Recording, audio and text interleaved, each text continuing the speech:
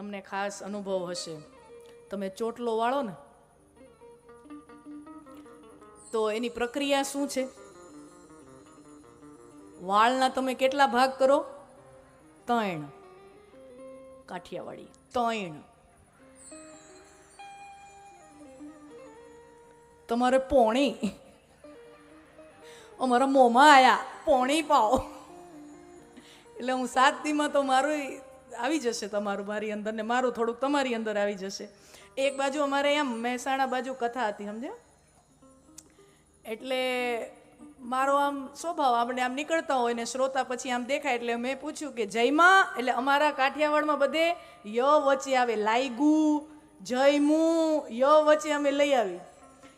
એટલે મેં કીધું જયમાં, એટલે મેં કીધું જમ્યું. મારો કહેવાનો ભાવ હતું જયમાં, તો કે જય અંબે માં. મેં કીધું ઈ નથી કહેતી હું, એને એમ કે હું જય માતાજીની જેમ જય માં એમ કહું છું. ના ના, જય માં એ ભાષામાં થોડો ફરક આવે ને. તો તમે બહેનો, તમે ચોટલો વાળો તો 3 ભાગ તમે વાળના કરો. તમે જોયું હશે, ને આપણો અધિકાર હોય ત્યાં જોવાય.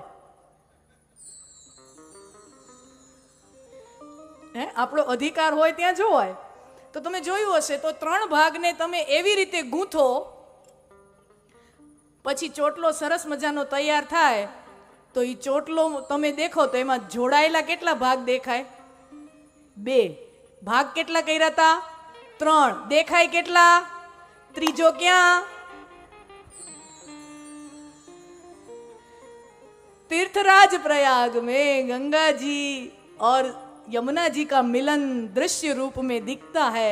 सरस्वती जी दिखती नहीं है, लेकिन गुप्त रूप से सरस्वती जी की जलधारा भी समाहित है, ऐसी अवधारणा है. वो गुप्त रूप से उपस्थित है. તો ભાગવત કથાનું શ્રવણ કરીએ ને એ પ્રયાગરાજના સ્નાન બરાબર છે. એ એટલા માટે કહું કે આ ભાગવત કથાની જ્યાં રચના થઈ ને, સમજજો, બહુ સાવધાનીપૂર્વક સમજજો. ભાગવતજીની રચના થઈ સરસ્વતી નદીના કિનારે,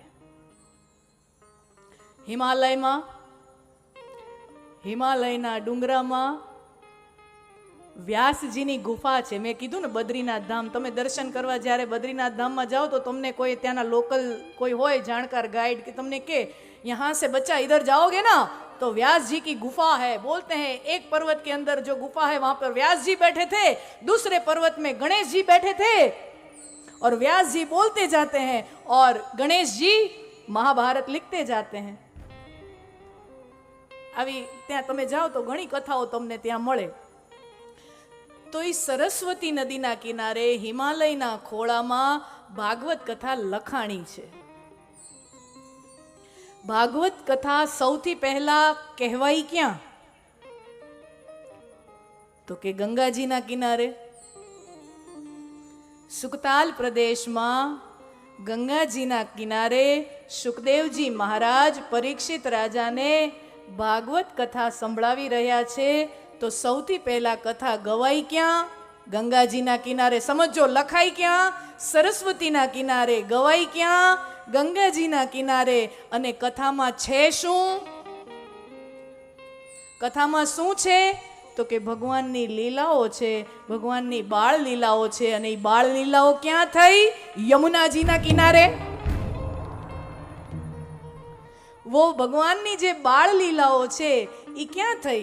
तो के यमुनाजीना किनारे. तो आ भागवतनी अंदर गंगाजी, यमुनाजी, सरस्वतीजी आ त्रणेय धाराओनुं मिलन छे. अने आने तात्विक दृष्टिए जो समझवुं होय तो गंगाजी ए भक्तिनी धारा छे. समझना, गंगाजी भक्तिनी धारा छे. गंगा ने भक्तिनी धारा शुं काम कीधी? क्योंकि गंगाजी नारायण के एवी अवधारणा है कि गंगाजी छे नारायणना अंगूठामांथी प्रगट्या छे. विष्णु भगवानना चरण कमलमांथी गंगाजी प्रगट्या. एने महादेवे पोतानी जटामां बांध्या अने पछी गंगाजी आ पृथ्वी उपर अवतर्या छे. तो निकले नारायण के चरण कमलों में से. એને ભગવાનના ચરણોમાંથી નીકળ્યા હોય. ભગવાનના ચરણોમાં કોણ રહે? તો કે ભક્ત હોય એ ચરણોમાં રહે ને. ભક્ત હોતા હૈ वो चरणों में रहता है. તો ગંગાજી એ ભક્તિની ધારા છે, યમુનાજી કર્મની ધારા છે. યમુનાજીને કર્મની ધારા કીધી શું કામ?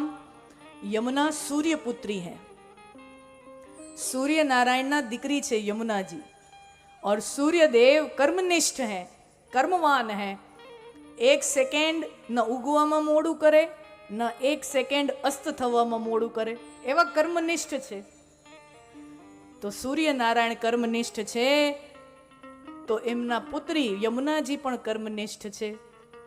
વડ એવા ટેટા, બાપ એવા બેટા, તાવડી એવી ઠીકરી, માવડી એવી દીકરી. तो माता पिता में जो गुण होते हैं वो संतानों में आवे. तो सूर्य नारायण कर्मनिष्ठ છે, તો યમુનાજીને કર્મની ધારા કીધી અને સરસ્વતીજીને વૈરાગ્યની ધારા કીધી. તમે જોજો બધી નદીઓ છે ને એનું કોઈ ઉદ્ગમ સ્થાન હોય, એ કોઈ ઉદ્ગમ સ્થાનમાંથી નીકળે અને પછી નિરંતર ચાલતી જાય ચાલતી જાય ચાલતી જાય ચાલતી જાય અને અંતિમ એનું ગંતવ્ય હોય તો કે દરિયામાં મળી જવું, સમુદ્રમાં ભળી જવું. એ નદીનું અંતિમ ગંતવ્ય હોય છે. સરસ્વતીજી એક એવા નદી છે, દુનિયાની તમામ નદીઓ એનું ઉદ્ગમ સ્થાન કોઈ પણ હોય પણ અંતે તો એ સમુદ્રમાં જઈને જ ભળે. પણ સરસ્વતી નદી એક એવા નદી છે, એ કોઈ સમુદ્રમાં ભળતા નથી. નદી ને સ્ત્રીનું રૂપ કીધું અને દરિયાને એના પ્રિયતમ એટલે એના પતિનું રૂપ કીધું. એટલે સ્ત્રી છે ને દોડતી દોડતી દોડતી દોડતી પતિના ઘરે જાય. હે ને, સમાજમાં તમે જુઓ ને, સ્ત્રી છે ચાલીને પછી પતિના ઘરે જાય સાસરે, તો નદી પણ દોડતી દોડતી પોતાના પિયુના ઘરે જાય, પતિના ઘરે જાય. સરસ્વતીજી કુંવારા છે, ઈ કોઈ સમુદ્રને મળતા નથી, સમુદ્રને માં ભળતા નથી. એટલે સરસ્વતીજી કુંવારા છે, એટલે સરસ્વતીજીને વૈરાગ્યનું રૂપ કીધું છે, વૈરાગ્યની ધારા કીધી છે.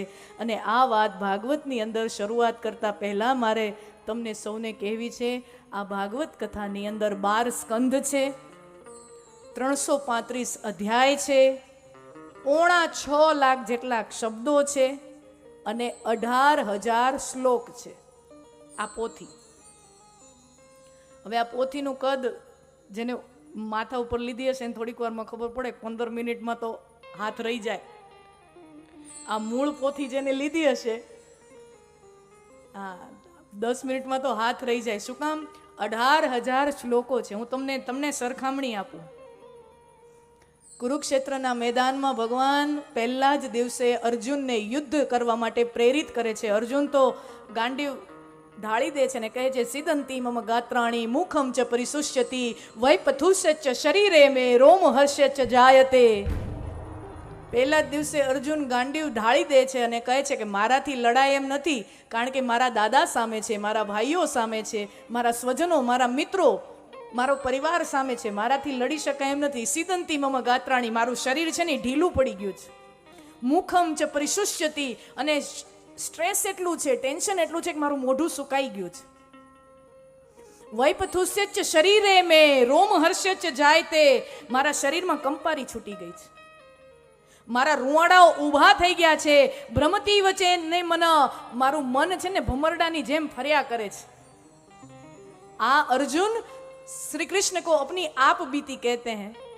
અને શ્રી કૃષ્ણ જો સામાન્ય માણસ હોત ને તો કહી દીધું હોત કે અર્જુન તને લો બીપી ના લક્ષણ છે,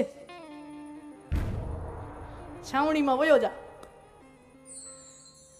ચક્કર આવવા, ધ્રુજારી ઉપડવી, રૂવાડા ઊભા થઈ જવા, આ છે ને લો બીપી ના લક્ષણ છે. સ્ટ્રેસમાં ઘણીવાર લો બીપી થઈ જાય. તને લો બીપી છે, છાવણીમાં જા, લીંબુ શરબત પી આવ. पर यहाँ भगवान क्या कहते हैं? अर्जुन ने कहा सीदंती मम गात्राणी मुखम च परिशुष्यति. भगवान कहते हैं नहीं, बैठो था, लड़, तारे लड़વું પડશે. અને કુરુક્ષેત્રના મેદાનમાં ભગવાન પ્રથમ જ દિવસે